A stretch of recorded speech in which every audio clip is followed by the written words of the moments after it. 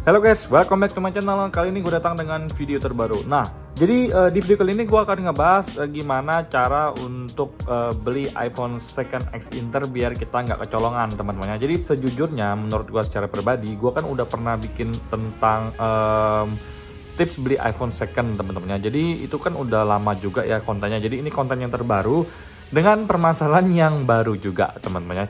Jadi tanpa banyak basa-basi guys, kita langsung masuk ke video pembahasan kita berikut ini. Let's go.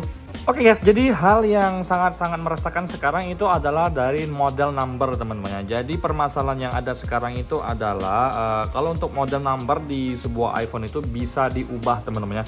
Contohnya punya gue LLA ini itu bisa di custom menjadi PAA atau IDA. Jadi kita bener-bener kecelek teman-teman. Jadi bener-bener nggak notice bahwa iPhone kita itu sebenarnya X Inter yang udah di custom jadi PAA atau IDA. Jadi untuk masalah ini sebenarnya udah gue notice dari tahun lalu, cuman untuk sekarang itu makin banyak banget kejadian dan banyak juga youtuber-youtuber yang mulai mengangkat masalah ini teman-teman. Jadi di sini hal pertama teman-teman yang harus kalian lakukan jika kalian beli iPhone 2X Inter itu adalah kalian tuh harus make sure teman-teman untuk model numbernya itu.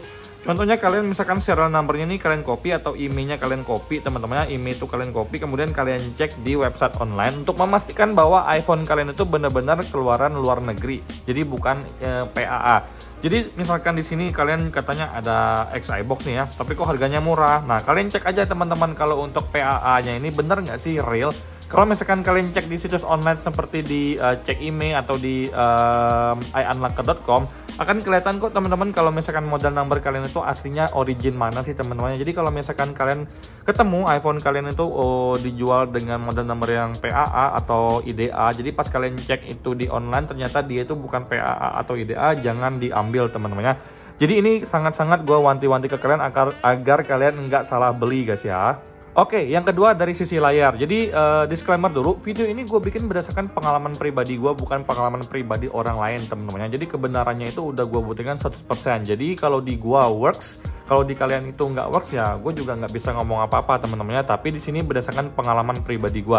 Nah, jadi gue pernah XS Max gue tuh rusak, kemudian layarnya kena, gue ganti LCD teman-teman. Nah, pas gue ganti LCD, gue rekam layarnya itu ternyata layarnya itu berbayang. Kalau gue rekam seperti ini tuh berbayang teman-teman. Nah, seperti ini berbayang teman-teman hasil videonya teman-teman. Nah, jadi pas gua cek untuk hasil videonya seperti ini teman-teman. Nah, kalian bisa lihat sendiri kalau hasil perekaman di iPhone 7 gue ini, iPhone 11 Pro gue ini nggak ada bayangan di layarnya teman-teman. Nah, pas gue ganti iPhone XS Max gue tuh layarnya itu dengan LCD yang baru, ternyata pas gue record gitu itu berbayang seperti ini, kayak ada radiasi. Nah, itu akan sangat kelihatan kalau kalian matikan lampu, kemudian cuman layar handphone kalian aja yang nyala. Nah, ini udah gue buktikan kalau misalkan iPhone gue tuh yang LCD-nya masih bagus banget teman-teman, itu nggak ada banget yang namanya radiasi. Cuman pas gue matiin lampu, gue cek juga LCD gue yang masih bagus, oke aja, tapi ternyata pas di XS Max gue yang udah gue ganti layarnya ternyata dia berbayang seperti itu.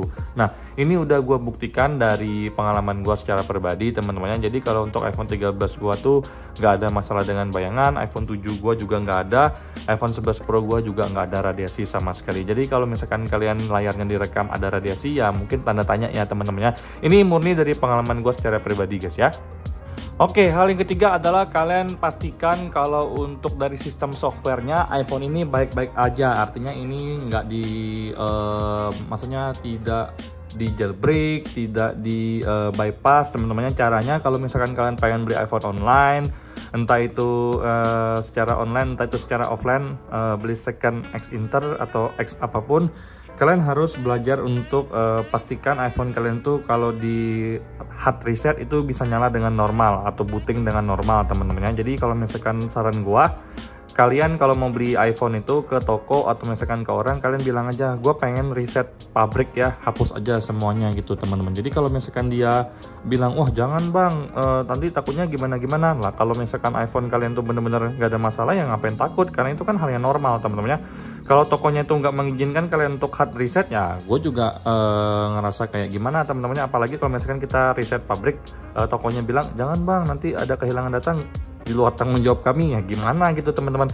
Ini murni dari pengalaman pribadi gue kalau beli iPhone second terutama yang X Inter teman-temannya, itu gue selalu hard reset atau maksimal di reset factory pabrik teman-teman. Jadi gue hapus semuanya, jadi pas dia booting normal lagi masuk ke home screen sinyal aman, jadi itu baru gue beli teman-teman. Jadi jangan terlalu menggampangkan dari booting teman-teman. Booting itu sangat-sangat harus kalian perhatikan guys.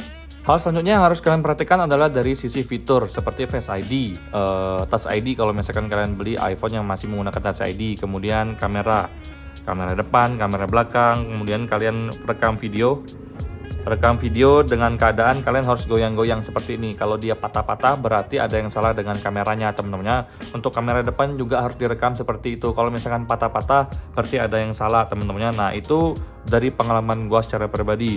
Kemudian audio teman-teman, loudspeaker nyala atau enggak, kemudian sound, suara nyala atau enggak, getarnya nyala atau enggak, vibrate-nya. Kemudian yang paling penting adalah tombol ini teman-teman, tombol mute ini nyala atau enggak teman-teman, itu harus kalian make sure. Nah kalau misalkan ininya tuh kayak cetek kayak dol atau loss gitu, jangan ambil teman-temannya, karena ini tuh banyak banget kejadian kalian itu lupa banget dengan tombol ini, dimana ini tuh sangat penting untuk silent, untuk tidak silentnya teman-temannya. Ini tuh salah satu fitur yang penting, tapi kadang-kadang kalian kelupaan untuk ngecek teman-temannya. Nah jadi juga untuk dari sisi audio, speakernya itu kalian harus cek bisa atau enggak, loudspeakernya bisa atau enggak. Kemudian untuk kerapian dari iPhone sendiri teman-temannya, kalian lihat ada yang kebuka enggak, tekan layarnya seperti ini, apakah layarnya itu ada bunyi cek cek cek cek cek. Nah jadi harus kalian kayak gini teman-teman. Oh layarnya tuh terpasang dengan sempurna, artinya baik-baik saja. Kalian harus make sure. Kalau misalkan kalian tekan kayak gini, dia kayak masuk keluar kayak dia ngeper gitu, itu artinya layarnya tuh nggak terpasang dengan sempurna, dan gue yakin itu udah pernah dibongkar atau udah pernah diganti. Ini murni dari pengalaman gue secara pribadi teman-teman ya.